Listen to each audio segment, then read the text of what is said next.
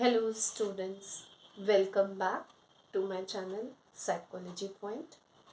Today in this video we will continue chapter 6. We are going to talk about other types of learning. In the last video, in the last part, we had talked about cognitive learning. Today we'll start up with verbal learning. So let's begin. Now, verbal learning is little different from other types of conditioning which you had studied. The very first thing, we are not going to talk about use of any technique on the animals in this. Okay, here it is limited to human beings. That is why various psychologists have used the material which human beings can use. The materials which I will be explaining you just now for verbal learning includes nonsense syllables and meaningful syllables, familiar words, non-familiar words, paragraph, sentences, and so on and so forth. Now, before this, I think it's very essential for you all to define verbal learning. See, verbal learning is actively memorizing something using your images, mental images, your mental maps, which I always tell, use your answers through a flow charts because that's the best method that remains in your mind. Okay, or picturization, etc. Okay, so now if we talk about the psychologist who is associated with verbal learning, then it is Ambigous. He has started experiment on nonsense syllables. Okay, now we are going to discuss the procedures of verbal learning. Students, we are going to talk about three procedures of verbal learning. The first is, I would be explaining you, is free recall method. In this, what happens? The subject is presented with the list of words. It could be meaningful, it could be non-meaningful, and he has to learn those words. But and he has shown these words for a specific period of time. Okay, and then he is asked to recall these words in any order. Okay, so this is free recall, the method which help us to measure the verbal learning. Okay, next method that we are going to talk about is serial learning. In this, what happens? The subject has to stick to the serial order, and it is also called serial anticipation method. Okay, why we use it? We want to learn what type of processes the person is using in learning this list. Okay, so when this is our objective, then we use serial learning. Okay, and the other method is paired association method. Okay, it is similar to SS conditioning and SR conditioning. Now, in this is used basically when we want to learn a foreign language. Okay, here we would be talking like we would be having a list with us of these stimulus words and response words. I will be putting it on the board, that list in front of you. You have it in your NCERT also. GEN or DAX, and then this child is supposed to give a response that is goal.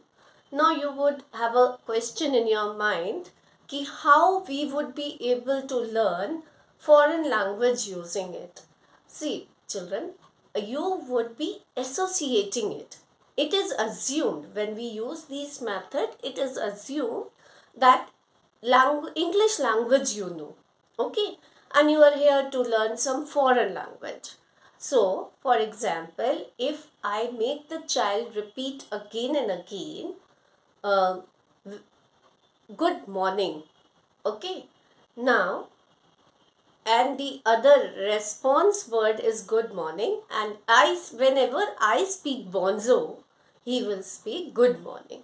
Now you know he is going to learn the association between the stimulus word and the response word. Hope you would have got these methods. This way you can present them in a flow charts in your answers also. And if you have any doubt in this, you can surely write in the comment section. Now we are going to start skill learning. Now, skill learning. What is a skill? Okay, that is your ability to perform any difficult task with smoothness, with efficiency. That is the meaning of skill learning. Okay.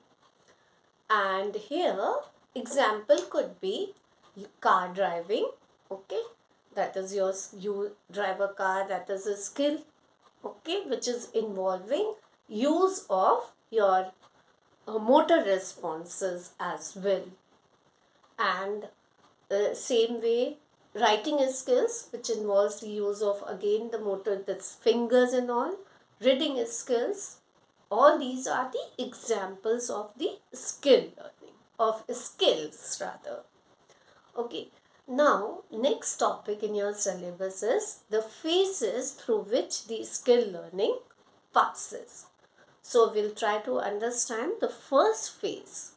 All type of skill learning passes through three stages, through three phases.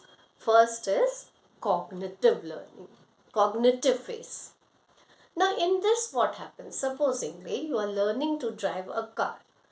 So first day you will be only instructed to do something, like only instructions would be given to you that this is the brake, this is the uh, your steering or the other parts.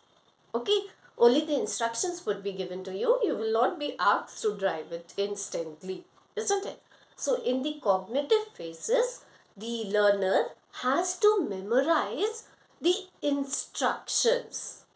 Okay, and also has to be very attentive, has to uh, you know memorize the procedure also, how this thing is to be operated, or how the car is to be operated. Okay, so that procedure also he has to remember, and the instructions also he has to remember. So in cognitive phase, the two things are required the most. Then next we will talk about, that is associative phase. Now in associative phase, you are receiving the sensory input and you are associating it with your actions. Okay, for example, the trainer is also sitting next to you in your car, and he is instructing you, go straight or go this way. So you are receiving those inputs through your sense organs, and then you are trying to drive. As your practice increases, the errors will reduce. Okay, so this is what is associative phase, in which attention is required the most. Okay, because you will be getting disturbed if someone talks at that time. Whereas when you come to the third phase, that is autonomous phase, what will happen? That these attentional demands will decrease. The automaticity will come, automatic, right? That word, automaticity will come in you. Okay, once you have learned the driving, then what happens? Even if you can drive, even if when you are taking your chips, or even if other person is just speaking at the back. Okay, so this is what is this autonomous phase of skill learning. So today we had learned about verbal learning and skill learning. And now I would inform you that concept learning is deleted from your syllabus, And the next topic, that is transfer of learning, that is also deleted from your syllabus for this year. Okay, so in next video we will do the next topic which is there in your syllabus, that is factors facilitating learning. Okay, now of course, if you like the video, if you feel that my explanation has helped you in any way, then please forward it to your friends, or those who need these videos, those who are appearing in any competitive exams, or those who are appearing for the CBSE class 11th psychology exam, which is about to start in most of these schools now. Okay, do share, like and subscribe my channel. Thank you and have a nice weekend.